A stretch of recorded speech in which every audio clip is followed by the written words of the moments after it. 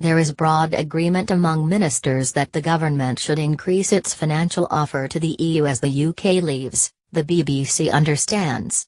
But this is only in return for the EU moving on in December to talks about a future trade deal and an implementation phase after the UK's departure in 2019. And there was no substantial discussion of possible amounts that could be paid at a cabinet committee meeting. The meeting was held to try to make progress on stalled Brexit talks. This divorce bill is one of the main reasons for the logjam in negotiations between the UK and the EU. Downing Street has dismissed reports the UK could double its £20 billion offer. One ex-minister warned voters would go bananas if £40 billion was offered. European Council President Donald Tusk has set a deadline of the start of next month for Britain to make further movement on the divorce bill and the Irish border issue. The reason for the ultimatum is that the EU leaders are due to decide at a summit on 14 and 15 December whether to allow talks on a future trade relationship to begin. Downing Street has been tight-lipped about what was discussed at the Cabinet Exit and Trade Strategy and Negotiations Subcommittee, chaired by Prime Minister Theresa May. After the meeting, a No 10 source said, "It remains our position that nothing is agreed until everything is agreed in negotiations with the EU."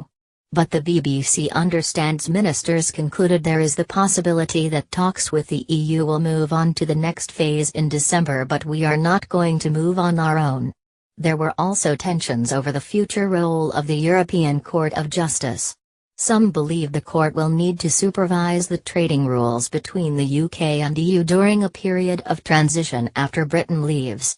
Chancellor Philip Hammond has floated the idea of a tribunal, similar to the arrangements in place in European Economic Area countries such as Norway, to settle any disputes.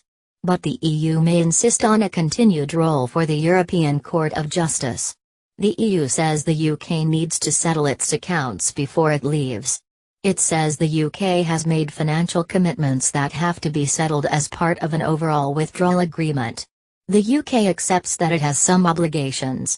And it has promised not to leave any other country out of pocket in the current EU budget period from 2014-20. But the devil is in the detail.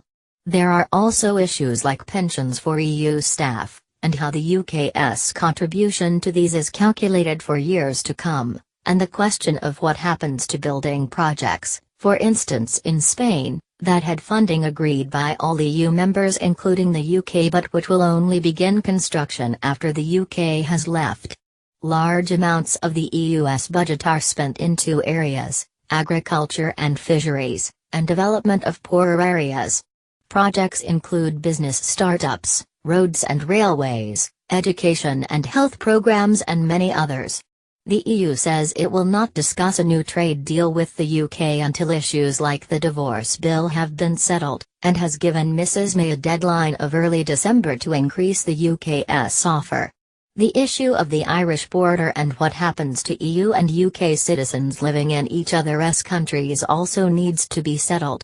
The UK voted to leave the EU in June 2016. And served the EU with formal notice of Brexit in March 2017. This began a two-year countdown to the UK's departure day, which will be in March 2019.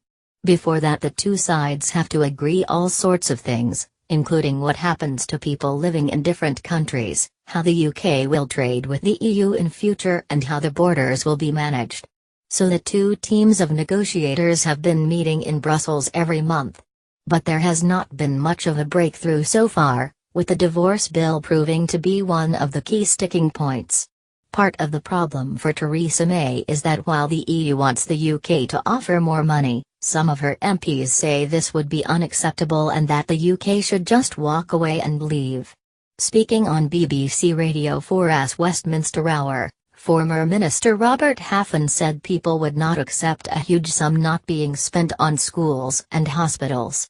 The Tory MP said that with austerity on the agenda ahead of Wednesday's budget, if we start saying that we're going to give £40 to £50 billion to the EU, I think the public will go bananas, absolutely spare. On Sunday, Chancellor Philip Hammond said the UK would honour its debts but also negotiate hard on the various aspects of the financial settlement. The EU's chief negotiator, Michel Barnier, said he wanted the UK to settle the accounts accurately before beginning trade talks. The UK is currently in the EU's single market, which allows companies to sell goods across borders without fees being charged. After Brexit, it wants to draw up a new free trade deal in its place. Mr. Barnier said the UK would lose the benefits of the single market as a result of its desire for new controls over EU migration.